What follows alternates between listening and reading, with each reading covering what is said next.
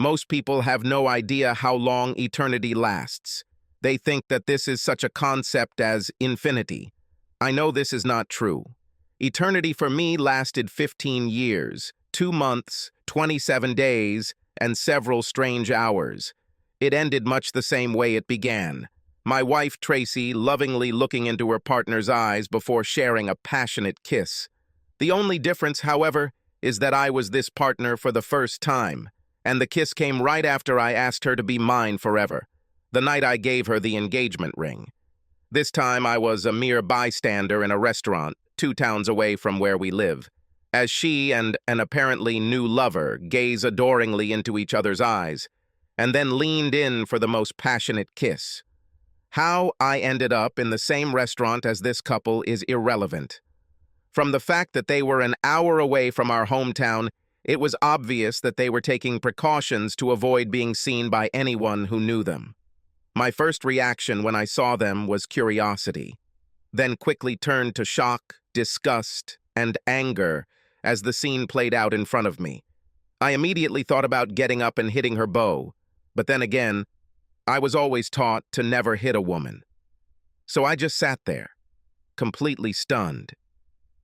Since they had eyes only for each other, and apparently felt safe that no one who knew them would see them, they took their time, eating, playing the kissing game from time to time.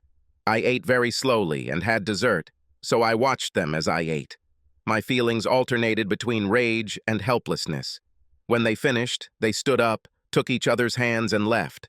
I sat there in silent rage and felt like the biggest ignorant fool in the whole world. I was married to Tracy for over 14 years, and we were an exclusive couple for 2 years before that, but I never suspected she was bisexual. She never looked twice at another woman I've ever seen and never gave me any hints in any conversation we've ever had. I thought, obviously wrong, that I knew her inside and out, and someday we would grow old together. But the fact that she was bisexual wasn't even a blip on the radar compared to the anger I felt that she was obviously cheating on me. Another man. Woman. It didn't make any difference. She gave her love to someone else. And this is not what we promised each other many years ago when she accepted my ring. It was an eternity. For eternity. It had to be timeless. Who knew that some eternities have an expiration date? I paid the bill, got into the car, and drove slowly home. I had a lot to figure out. Tracy did not expect me to return home one day early after the trip, but I was lucky and was able to resolve all issues ahead of schedule. So I headed home on Friday evening rather than Saturday afternoon as originally planned. I'd been gone since Monday morning, and not only was I missing Tracy and the kids, but Tracy and I hadn't gone more than 3 days in a row without sex, so I was feeling some pent-up energy that needed to be released, at least until I saw what happened in the restaurant. I was an hour away from our hometown, and I could have easily just driven straight through, but since I was ahead of schedule, I was just going to go out to dinner to take a break from driving. And the rest, as they say, is history. Our kids are 12 and 10, so they were old enough to be left alone for the evening if Tracy wanted to go out, so I had no problem with that. However, I wondered if they knew what was going on, because neither of them ever told me that Tracy was doing anything different. Maybe they were as dark as I was, I thought. Either way, I knew they wouldn't be happy with what happened next. Yes, on the way home, I did the usual self-analysis. What did I do wrong? How long did it last? Etc. At least I didn't have to worry about her lover having a bigger manhood than me, chuckling. I'm talking about myself. Gallows humor. I walked in the door at 9, and Tracy still wasn't home. My daughters, Lisa, 12, and Ariel, 10, gave me a big, happy greeting, and I watched but didn't see them nervous or doubtful that I would be home early. That wasn't the case for Tracy when she walked in about 2 hours later. She apparently saw my car in the garage and cleaned herself up a little because I noticed that about 2 minutes passed from the moment the garage door opened until Tracy appeared in the kitchen, looking not as happy as last time. Times I saw her. "What are you doing here today? I thought the trip wouldn't end until Saturday?" She asked me first thing with a slightly worried expression on her face. "Well, I'm glad to see you too," I said, making a big deal of her greeting. "Well, if I had known you would be home early, I would have cooked you a nice dinner," she continued, as I saw the vein in her forehead twitch slightly. I ordered pizza for the kids, and Kate and I just grabbed wine and sandwiches downtown. Do you remember Kate from my office? Did I tell you about her before? She didn't look me in the eye when she lied to my face. Oh, yes, you talked about her before.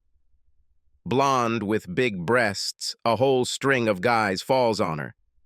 That's for sure, Tracy said. I swear this woman could get a football team just by walking into a room.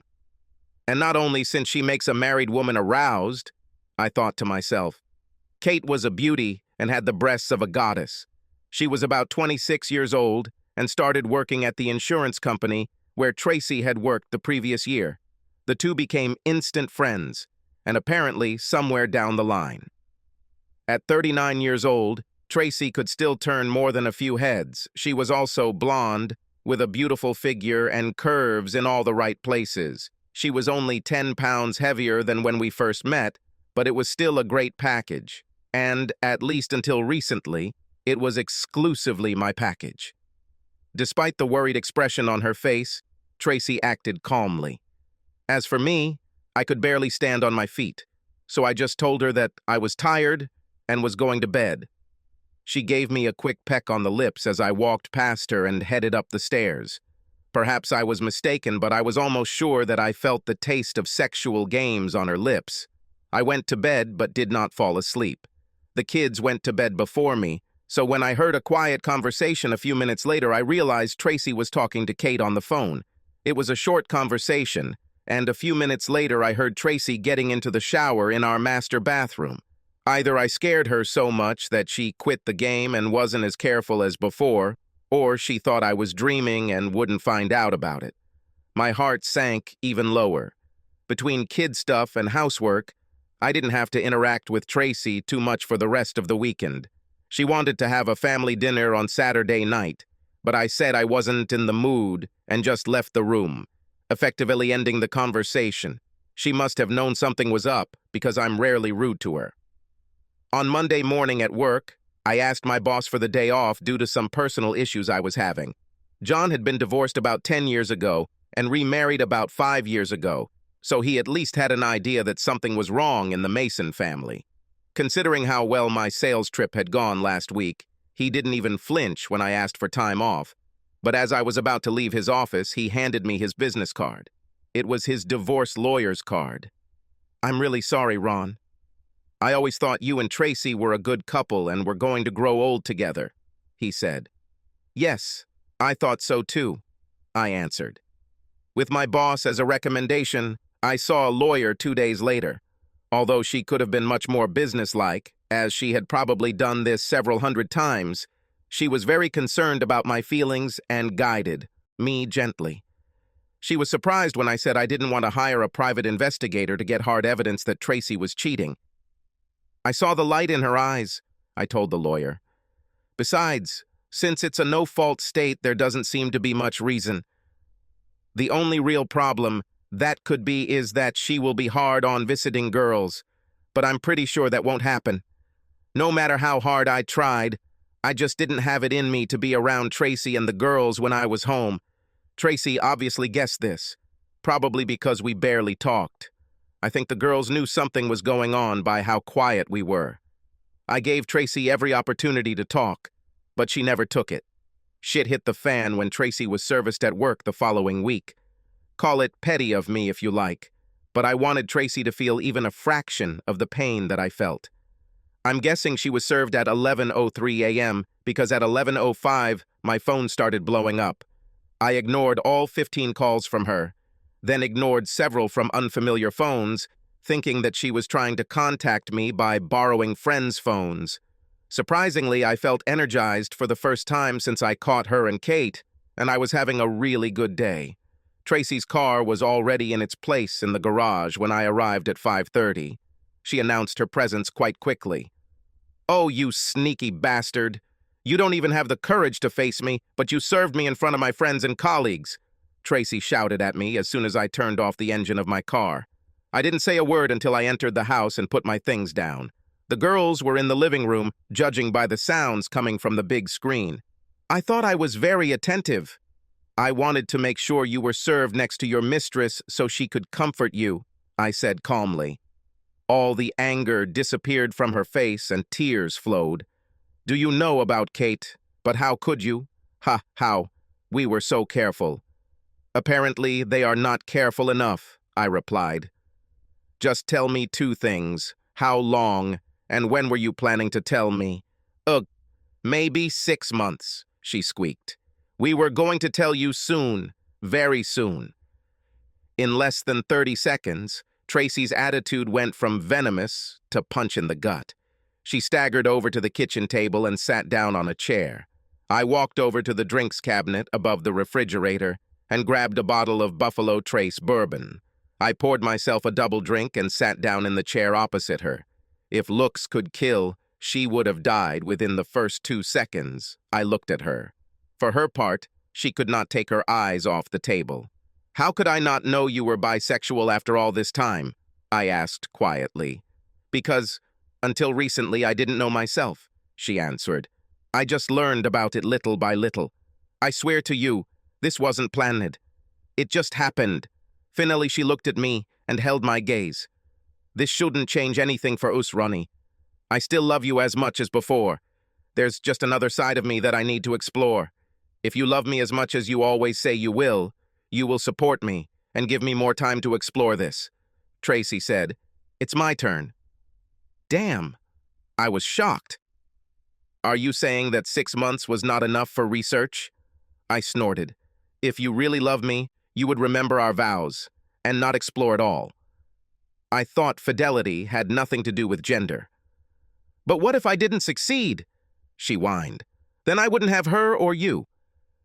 Perhaps you should have thought about this before your first trip. Why the fuck should I volunteer to be your backup plan? Because you love me, remember? Love, true love, must be able to forgive a mistake, she said. Once is a mistake, Tracy. 6 months is a conscious decision. What world do you live in? And yes, I really love you. Unfortunately, this doesn't happen overnight, but my love for you does not give you the pincers to tear out my heart and destroy our family. Wait, this has nothing to do with girls. You self-centered bitch, I shouted. This has a lot to do with girls. They will have their entire lives ruined because you decided that you needed to explore another woman's private parts. Well, I never thought you'd be such a whiner about this, she shouted back to me. No, you never thought I would catch you so you could take your time and figure out what your plan would be. You turned into a piece of shit right before my eyes. And no, Tracy, you don't love me as much as you used to. I saw the way you look at her. You love her the same way you used to love me, body and soul. It's easy to notice. You may still love me, but it's clear to me that I've fallen to second place. You may love me like a pet, but you don't love me like a man anymore. However, you are very much in love with her. That's not true, Ronnie. Stop it, Tracy, I yelled at her. I'm not a fool, and I know what I saw. I know you better than any other living person, and I know what I was looking at. She had the tact to look guilty. Then the light came on. Have you seen us together? My God. That's it. But Ronnie, this doesn't have to be the end of us, she said quickly. It doesn't look like there's another man involved. This is completely different. No, it's not completely different. You love someone else instead of me. That's the point. And perhaps everything would have been different if it had been another man. At least then I could punch your lover in the face, I said. Can we at least be polite? She asked. Honestly, I don't know, I answered quietly. She may be a beautiful young woman, but she is still your mistress, and she stole my wife. The ugly facts don't change because you decide to fall in love with a woman. A few months later, I learned that the children knew nothing about Tracy's affair. They thought that Aunt Kate was just a close friend of Mom's. They had both seen the occasional quick kiss and gentle touch, but since Aunt Kate wasn't a man, they didn't think there was anything inappropriate. I found out about this one night when the kids and I went out to dinner, and the kids mentioned that Kate had been spending more time in the house since I moved in. They seemed to have figured out that Aunt Kate was one of the reasons Tracy and I were getting a divorce. Since we live in a no-fault divorce state, Our finances were pretty much split down the middle. I had to pay her child support. She got the house until the kids went to college, and of course I had to pay child support. I moved into an apartment about 15 minutes from my old home. I was completely crushed. Tracy and I kept in touch through the girls. They were involved in all sorts of activities both in and out of school, and Tracy and I tried our best to show them that we were going to support them as much as possible. I don't know why, but Tracy fought hard with the divorce, and it dragged on for a year before we finally did it. I was polite, nothing more, when I ran into Tracy and Kate at my daughter's parties. As for family events, I was always invited, but knowing that Tracy would be there, I apologized and asked for forgiveness. I know I was giving up some wonderful family memories, but it took everything I had to keep my composure when she and Kate were around.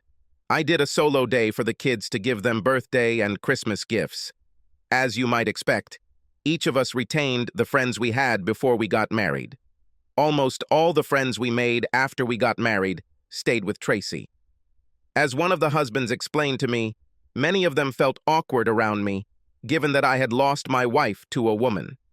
The consensus seemed to be that I somehow deserved it, and several of our married women friends almost made just that claim.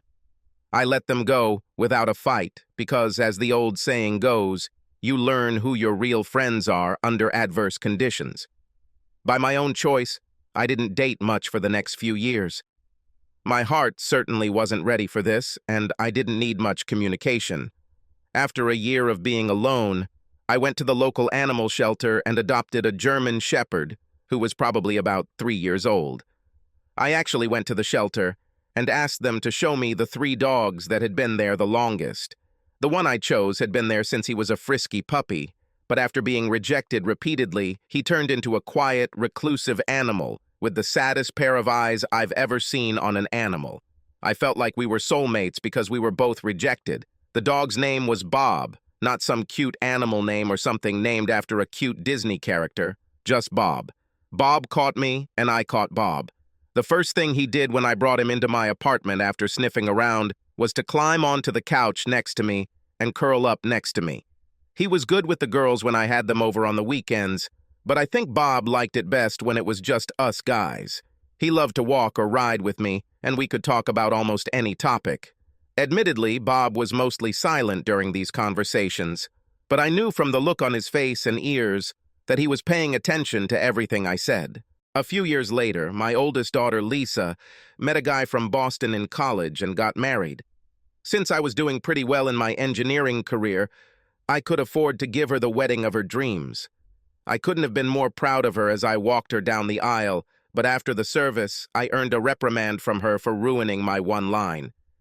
I realized this right during the rehearsal, but under the pressure of the real situation, my voice cracked. And when I came to my senses, I answered the question of who is marrying this woman off with I instead of the correct line, her mother and I. Hey, I almost choked. So sue me. When I got to my seat in the front row next to Tracy, she leaned towards me and said quietly, "It was disgusting, and you know it." Kate then leaned forward from her seat next to Tracy and actually had the nerve to glare at me.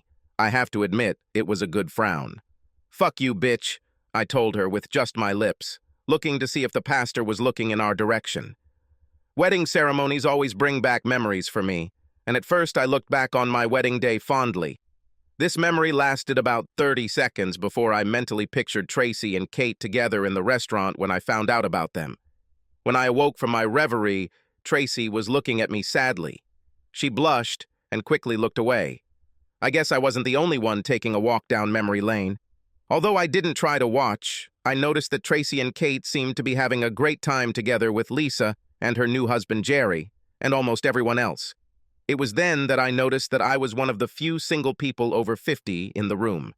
I felt sorry for myself, so I went to the open bar and ordered a shot of 18-year-old Irish whiskey. I took my glass, sat down at my table, and quietly patted myself on the back for hosting such a grand event. 3 years later, I was about to play the father of the bride again when my youngest, Ariel, had her beau walk her down the aisle. I decided not to go it alone this time, so I knew I had to finally get off my ass and make a concerted effort to meet people. 3 weeks later, I was returning home from a 3-day trip out of state and stopped at a small bar restaurant about an hour from my apartment.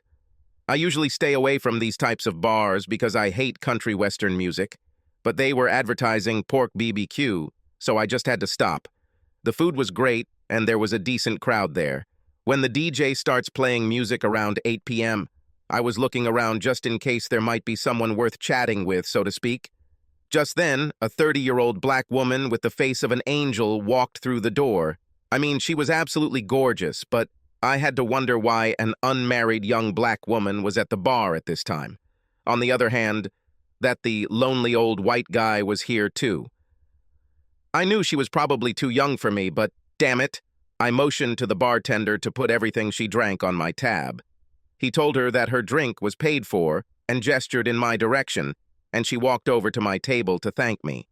I invited her to sit down, and to my surprise, she sat down next to me and introduced herself as Jade. We were having a nice evening when she asked me if I would like to go to her place. Hell yeah, I was surprised, but hey, you never turn down an invitation like that from a gorgeous woman. So we were almost at the door when a man in a cowboy hat walked up to Jade and lightly kissed her on the cheek. I stopped abruptly. "It's okay, Ron. This is my husband, Fred. He's just going to have a look." "I hope you don't mind," she asked. Fred gave me a white-toothed smile. "It's okay, dude. We are involved in this." He kind of laughed at me. "There's something wrong with me, dude," I snapped back. Damn, this generation is so fucked up. I raised my hands to stop them both, and then walked out to my car alone. My next attempt to find a woman was through my church. Carrie and I got along pretty well and went on a few dates. She was a 50-year-old divorcee with long black hair, 34B breasts, long legs, and a big smile. I started to get a good feeling about this, and on our 4th date, we went back to my apartment and my bed. 15 minutes later, I was giving her affection, and she was screaming with all her might. During the 3rd climax, she began to mutter, and during the 5th, she screamed at the top of her lungs, "Oh, hell yes, Jim! Jim! Jim!" Yes, Jim is her ex-husband's name. I stopped immediately. When she finally recovered from her climax, she looked at me with genuine anger on her face. "Why the fuck did you just stop?" she yelled at me. "Because I'm not your fucking ex-husband, you stupid bitch." I silently drove her home. Needless to say, there was no 5th date. For my next dating adventure, I invited a coworker over for an evening of food and dancing. Allison Webb was a 42-year-old divorcee who separated from her husband almost 5 years ago. She was a vivacious blonde with slightly larger breasts and butt than someone of average proportions, and we were friends at work for about 10 years. By this point, she had already heard my sad story, and I had heard hers. We had a great evening, and it turned into some great evenings. We really enjoyed each other's company, and this was even before we had sex for the first time. I knew we would have a great time at the wedding, so I asked if she would be my date. "Do you want me to be your date at your daughter's wedding? Family, ex-wife?" "I'm not sure I can handle this," Allison said seriously. "Well, that's provided you get the green light from Bob first," I added. "Who is Bob?" she asked, puzzled. "Bob is my wingman," I answered. "My best friend in the whole world. A 45-pound German Shepherd mix with a very sophisticated taste. If he doesn't like you, he shouldn't accompany me to the wedding." "You're a strange person, Ron," she replied. Allison passed Bob's test the following week and agreed to be my wedding date. The girls seemed very happy that I would not be performing solo for the occasion. For some reason, Tracy seemed to have a problem with this, giving me face every time she looked at me. Since I barely talked to her, I didn't care what she thought, but it bothered Allison, who immediately sensed Tracy's dislike for her. "What's your problem, Tracy?" I finally asked her when I found her alone at the rehearsal dinner. "Do you really need to ask? Are you dating Girl Scouts? What's next?" Whoa. Jealousy definitely didn't look good on Tracy. "Actually, Tracy, Allison are the same age as Kate. I haven't forgotten that you traded me for a younger, female version." At least Tracy had the grace to look shy. A year later, Allison became my second wife, and life went on. To tell you the truth, I had completely forgotten that I was on the bone marrow registry when I got a call one day at work and was told that after 30 years, I was a match for someone. I have to admit, I was thrilled to have the opportunity to help save someone's life. I knew that the bone marrow extraction would be somewhat inconvenient, but I've always had this hero complex and was more than willing to put up with the procedure. There was some further testing to be done, and if it was good, then the extraction would be scheduled for 2 weeks after that. I gave my consent and told them I was on board. I'm not a very religious person, but I believe in God, and there is an old saying that God works in mysterious ways. I never thought about it until 4 days later when I spoke on the phone with my oldest daughter, Lisa, during our weekly conversation. Ariel and I don't talk about their mother, Tracy, and her life, but for some reason, Lisa mentioned that bone marrow had been found for Aunt Kate and that she and Tracy were very involved. I mentioned to Lisa that I didn't know anything was wrong with Kate, and she filled me in on the details of Kate's year-long battle with leukemia. I told my daughter to give my best wishes to Kate and Tracy because although I will never recover from what they did to me, I did not wish them harm. You know, Dad, you are an adult. You can call them and tell them yourself, Lisa warned. You're right, baby, but the less I talk to them, the less likely I am to say something unpleasant, which I may or may not regret later, I answered honestly. Dad, you've been divorced for 16 years. Finally come to terms with it, she said. You've been married to Allison for almost 2 years. You always tell me that you are happy. I'm happy, baby, but the pain of betraying your mother will never go away. I don't hate her anymore, but she's definitely not on my Facebook friends list. I'll tell you what. I'll send her flowers with a card of good wishes. This is fine? At least it would be right, she said. I didn't think much more about it until I called my local florist and ordered a bouquet of flowers and a get well card.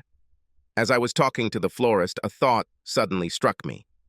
Bone marrow matches are quite rare, and the fact that I was a coincidence and Kate found a match at almost the same time seemed too coincidental. The donation process is entirely based on anonymity, so I knew I wouldn't get a straight answer from the people at the bone marrow registry, unless I was really mean. So I called my contact at the registry, sounding very optimistic, and asked her how likely it was that my date and I lived in the same city. She stuttered when she asked how I knew who was right for me. So I kinda lied. People talk and we seem to have children together, I answered. This is the first time, she admitted. I muttered as my brain began to overload. Damn it, I was going to give that bitch some bone marrow. She steals my wife. Neither of them ever say sorry to me. All I hear from them is, hey, kiss my ass, and I'm going to save her life by donating her bone marrow. It will not happen. 2 days later, I called my receptionist back and said I was refusing to make the donation. She almost burst into tears, and when she came to her senses, she asked me if there was any specific reason why I backed down. She explained that although I had the right to refuse, this was almost never done and would cause great consternation at the registry. I apologized for causing horror, but told her it was in my own best interest to refuse. She muttered that she was sorry and told me that if I changed my mind in the very near future, I should call her. Allison was furious when I told her I had turned down the donation. I didn't tell her that I found out who the donation was supposed to go to. She just knew that I had abandoned the obligation to possibly save someone's life. What the hell is wrong with you? My wife practically screamed at me. You always said you wanted to do this, but now that it's here, you want to ruin someone's life. This was the first time I heard Allison drop an F-bomb. I knew she was obsessed with nuclear weapons. I decided that I had better be honest with her. She was not impressed by my reasoning. Would you really deny this woman a chance at life to take revenge? Please tell me it's not true, she shouted at me. It's not really revenge, I said. I wouldn't have told her or my ex-wife what time it was if I had a watch, but they didn't. They both fucked me, and I tried to have as little in common with them as possible. Why should I change now, just because Kate is dying? I'm the injured party here. So none of them know it was you? Allison asked. Everything is done anonymously. I only found out about this by luck. Allison's face softened. Ronnie, you can't refuse this. You hold this woman's life in your hands. It would be wrong if you could have helped but didn't, she practically whispered. You're too nice a guy to do that. You know that sooner or later the guilt will consume you. No, Ellie, I don't think I'll feel guilty. Kate broke my heart, and Tracy went along with it. Besides, they'll never know it's me. But Ronnie, they had such hope, and now you've probably ruined them completely. Allison and I bullied each other for a few more days, and it seemed like we were growing further apart as a couple. We have never disagreed as much as we do now. Where is your Christian charity, Ronnie? She asked me at one point. So if a beggar comes to me and asks for money to buy bullets to shoot me, I should just blindly dig into my pocket, I asked. Now you're just ridiculous, she shouted to me. They didn't tear out your heart and turn your world upside down, I told her. So now I should just shrug it off and help them? It's been 17 years already. Tracy was married to Kate longer than she was to you. Deal with it. They made a decision, I answered quietly. They can live, or not. Whatever with this decision. I left the room. A few days later, on a Saturday afternoon, I told Allison I was going to the range to blow off some steam. Make sure you're back well before dinner. The girls are coming, and I don't want you to smell like gunpowder, so you need to take a shower before we eat, she told me. I knocked the living crap out of the target with 500 rounds from my 9mm Whitefish. I can't explain why, but shooting always relaxes me. I think it's because you have to really concentrate on what you're doing, and when you stop concentrating so hard, your body goes into a relaxed mode. At least that's my thought, and I stand by it. I definitely smelled like gunpowder when I got home, so when I got home I quickly headed to the shower. I glanced at the dining table. There was set for 6 people, and from the smell, Allison was cooking a roast. She is a great cook, and I was hoping she would make these little brown potatoes instead of mashed potatoes. After taking a shower, I poured myself a glass of rye whiskey and brought Ellie a glass of wine. She seemed a little nervous, which I put down to her wanting the dinner to be perfect for the girls and their husbands. I kissed her on the lips. I was sitting in the living room reading on the computer when the door opened and the girls came in, not accompanied by their husbands, but by Tracy and a shabby-looking Kate. I wasn't happy to see any of them, and I shot Allison a glare as I stood up to greet everyone. I kissed both girls but didn't say anything to my ex or Kate. I noticed that they greeted Allison with what could be called enthusiasm. There seemed to be a lot of whispering around. Not having been born yesterday, I immediately knew that Allison had orchestrated this little intervention. I was more inclined to think of it as an ambush, since apparently I was the only one unaware of the meeting. I thought about just taking my phone and leaving, but then I decided it was time for me to speak up. At first, however, I had to endure the excuse that it was just a nice meal with family and friends. Kate's illness was the main topic of conversation at the table, although I took no part in it, sitting with what I thought was a thoughtful expression on my face. I suppose dinner and dessert were good, I really couldn't tell. Being the good host I am, I gave everyone their afternoon drinks and we moved into the living room. There was silence for a moment and I decided that now was a good time to start the show. So, who will speak first? The woman who betrayed my trust to set up this meeting? Or the woman who tore my heart out all those years ago but now thinks I owe her a favor? Or maybe we should hear from a woman who stole a married woman from her unsuspecting loving husband, but now, in the cruelest turn of events, needs that cuckold for a chance at life? As I made my statement, I looked from one face to another. None of the women could answer my gaze. Allison looked very excited when I called her name. My eldest daughter, Lisa, had to start. Since I didn't mention either of the daughters, they may have assumed that I would cut them the most slack. Look, Dad, we all understand that you're still mad at Mom and Aunt Kate, but refusing to donate Bonamaro is childish, petty, and beneath you, she said. You will get your greatest revenge without helping someone live. But that's just crap. We're talking about a person's life, Dad, not about hitting someone in the face with a whipped cream pie.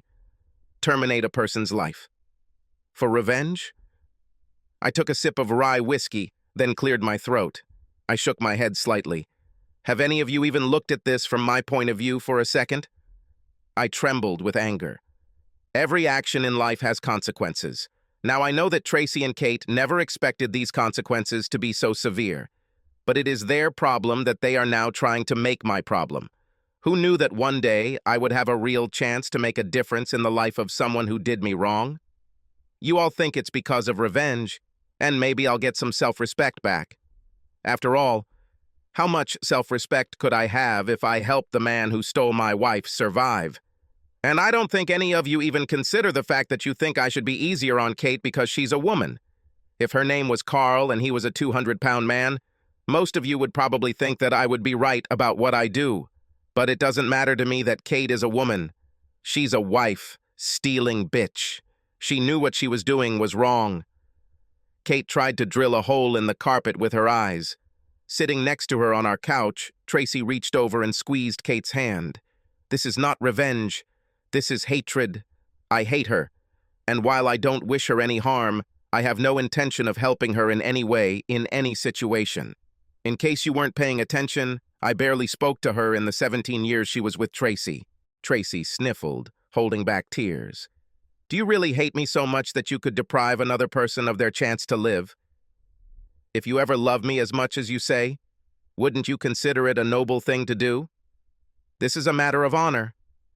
That's good coming from you. I spat. I loved you as much as I said I would. But hate is just a short step from love, especially love that is despised. You are a slut and you have no right to tell me what honor is.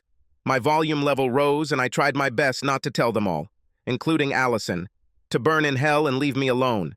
I took a couple of deep breaths, and Allison apparently decided that I wasn't angry enough with her. Ronnie, you are a good person. You always do the right thing, she said quietly. You know that retreating is wrong. You'll never be able to live with yourself if you do that. Come on, Dad. You taught Ariel and I to always do the right thing, even if it seems wrong, Lisa interjected. That's right, baby. This is for me. I won't have any regrets. I won't lose a minute of sleep. Please, say. Kate suddenly exclaimed, I know that I offended you greatly, but I don't want to die, and the doctors say my chances are slim unless you donate your bone marrow. Kate's eyes looked haunted. Asking me to help save her life must have been the hardest thing she's ever done. I looked deep into those haunted eyes. I did not feel the joy of confirming my decision, but I confirmed it. No, that's all I said. I didn't say the phrasey, I'm sorry, because, frankly, I wasn't sorry. I won't do anything in my power to help this woman. Kate took my answer better than Tracy, who burst into tears. Allison walked over to the couple to calm them down, and I heard her whisper, I'll try. I'll talk to him. She was so caught up in the moment that Allison never realized that she had put our marriage in jeopardy. I will have to think long and hard about whether I can bridge the gap in our trust. I grabbed the car keys from the key ring where they were located. I walked out the door while 5 women cried. I didn't return for 3 days. I didn't answer any of the dozens of phone calls from Allison or the kids. The house was dark. I quickly looked around and decided that Allison had stopped somewhere else for the time being. A suitcase and some clothes were missing, but almost everything else was left untouched. I also grabbed my suitcase and packed a few things, taking most of my clothes and most of my belongings with me. I left my wedding ring in the middle of the kitchen table. 3 days later at work, I received a call from someone who did not tell our secretary his name. I assumed Allison had forced me to answer her call, and I was right. Really? You're telling me it's over between us because I tried to get you to not be the biggest asshole in the world. I can't believe I married a man who let someone die to get revenge. You just suck. Well, I can't believe I married a woman who violated my trust so completely. But you know what? We can both fix it, I replied. And if someone takes revenge, it's not me. This is God. Remember the old biblical saying, "Vengeance is mine, says the Lord"? What better way of revenge than to give a potential life-saving cure to the person who hates sufferers the most? You really suck, you know that? Kate died 2 months after the official divorce. I read the obituary in our local newspaper. I didn't follow her case, and no one kept me informed. In fact, none of. My daughter spoke to me after the ambush. I love my children, but you have to stand up for what you believe in, and neither I nor my girls backed down because of my stance on not helping Kate. My decision was the right one for me. I never lost a minute of sleep over not giving Kate my bone marrow. The people at the bone marrow registry were not very understanding of my individual situation and completely crossed me off the list. I was fine with this because the likelihood of me getting a second match was extremely unlikely. Bob was a bit moody and not exactly thrilled with any of the women I'd brought home over the past year or so. But that was okay, because at 62, I wasn't really looking for wife number 3. Somewhat surprisingly, I was still getting my share of good sex.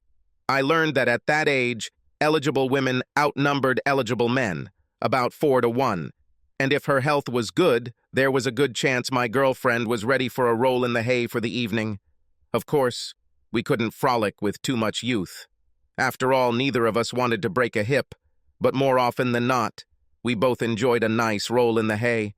I jokingly called my ladies my sexy old singletons. I hadn't spoken to anyone in my family for over 4 years when my youngest, Ariel, called to tell me that Tracy had died a few days ago. She thought I should know and invited me to the funeral. We had 15 good years together and had 2 kids, so I figured I should at least show up. Maybe I can improve my relationship with the girls. I sat in the back alone. It was a good ceremony. After the funeral, I approached the girls and their families. I received shy hugs from the girls, firm handshakes from their husbands, and shy greetings from my 3 grandchildren. We went to a nearby restaurant to talk. About 3 minutes passed before the first salvo was fired. This came from Lisa. "So tell me again why you let Aunt Kate die," she said out of nowhere. "I see that nothing has changed," I answered. 4 years, and we're back with this wife thief bitch. Fine, last time, and I mean the last time. "Jerry, look at that handsome young guy at the bar," I said, pointing my head towards the 20-year-old blonde guy with blue eyes. "What if he comes here and kisses Lisa with a big wet kiss? What would you do?" "I would have turned off his lights," he said without hesitation. "Right. Now what would you do if you caught him having an affair with Lisa?" "He would already be dead." "True again. But since he would be dead, you wouldn't have to worry about donating bone marrow if he got sick, would you?" "No, perhaps not." "That's exactly what I meant," I said. "I didn't kill Kate, partly because she was a woman. This is probably my mistake. But I still shouldn't have saved the life of the man who was having an affair with my wife, or who completely stole it. Should I?" "No, you shouldn't," Jerry said as the light came on above his head. He slowly looked around the room, looking at every face. Little by little, the light of understanding lit up in each pair of eyes. "I'm not proud of my decision, but I'm not ashamed of it either," I said quietly. "That bitch stole the love of my life and didn't deserve my compassion." "But if you ever loved your mother, how could you?" asked Ariel. "I loved your mother with every fiber of my being, and when she broke my heart, well, most of that love turned to hate. I'm sorry. I'm just a person, but I'm not the monster she made you think I was. Just a man. Things just didn't turn out well for your mother. Karma bitch finally caught up with her and her fucking friend." The other 4 adults in the room had tears in their eyes. The children looked confused and worried. "I understand that this will take time. For all of us. How about we don't remember this anymore? Life goes on,